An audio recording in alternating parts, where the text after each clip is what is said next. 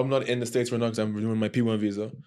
But I remember a couple of years ago you had a little thing with the U.S. Embassy. Yeah. What happened there? Yeah. So the title of the story is I was banned to entering the States for 3 years. A guy banned me to enter for 3 years. Sharik said your first thing was like, I'm just gonna have to go grind in Mexico and South America. Yeah. Is that true? That was your first of course. thought? Yeah, I was like, I guess I gotta go like to South America or something, you know? I mean, so it was COVID. My first year at Kentucky was COVID. It got shut down. I went back to Canada. It was all locked down. Like I couldn't even practice. So, and then at Saddlebrook, also where I've trained and lived, they had all those like UTR matches, whatever. I was like, oh, that's like a great gig over there. So I went down to Saddlebrook for the summer. I went on a tourist visa when I crossed the border, and then from Saddlebrook, playing all summer long, I just went straight to Kentucky.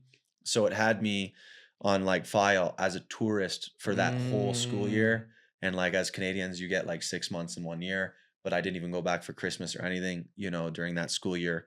So I stayed in the States like, a really long extended time. So like I overstayed my days. Okay. But so like, what should you have done? You would have to leave the country and come back in on your the student visa. Yeah. I mean, I feel like it was kind of ridiculous. Like you could have just like, you could have just seen like, I don't know, like you could have seen the tennis roster. My name's there. Like I'm a student, I'm not, technically overstaying. It was, it's brutal. So how'd you get it resolved?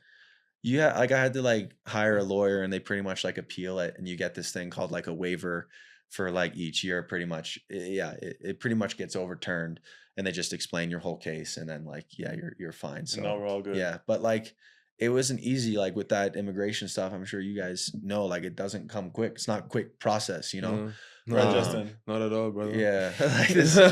You want to tell him? So I started renewing it back in June. My visa supposed to expire November 7th, I believe. So I got all the documents together.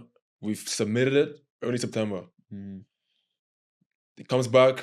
They needed a little information about my schedule. Like I didn't put like exact locations and tournament names because I don't really know. So I had to get like a projected schedule. Okay. So I redid that. But they also wanted like a letter from the ATP saying that they don't have personal contracts with players because we're independent contractors, whatever. But they wanted that in writing from the ATP. So that's what I've been trying to track down now for the past 2 months, because the ATP told me directly that they can't do that. But they spoke with my lawyer and they said that they're going to figure it out with the lawyer. Okay. So basically, I thought that I would be fine because I started this process back in June. Right. I would get it done within 5 months. You know? I thought I would. Yeah. Like thinking about it, like 5 months enough time. Yeah. It should be good. That's the exact same. I have the exact same story this year.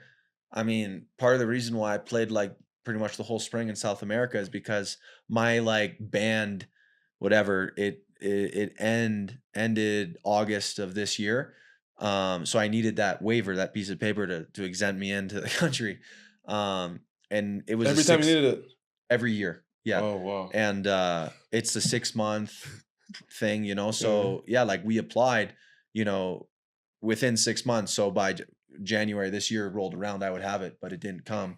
And I was just like staying down there waiting for, this waiver to come, like in limbo. It was brutal. That's just money too. Just paying like to apply and lawyer fees. And yeah, it's expensive. Man. Jeez. Yeah. Okay, so we asked Instagram some questions. And the first one that we're going to talk about is from Coach Connor Casey. He says, is it true your dad, legendary Canadian coach Brian Draxl, raised you with the intention to make you the perfect college player? I mean, I don't know. I mean, he was definitely big on college. Like in my mind, Thanks so much for watching this clip. The link for the full episode will be down below. Don't forget to like and subscribe so you don't miss any of our upcoming episodes.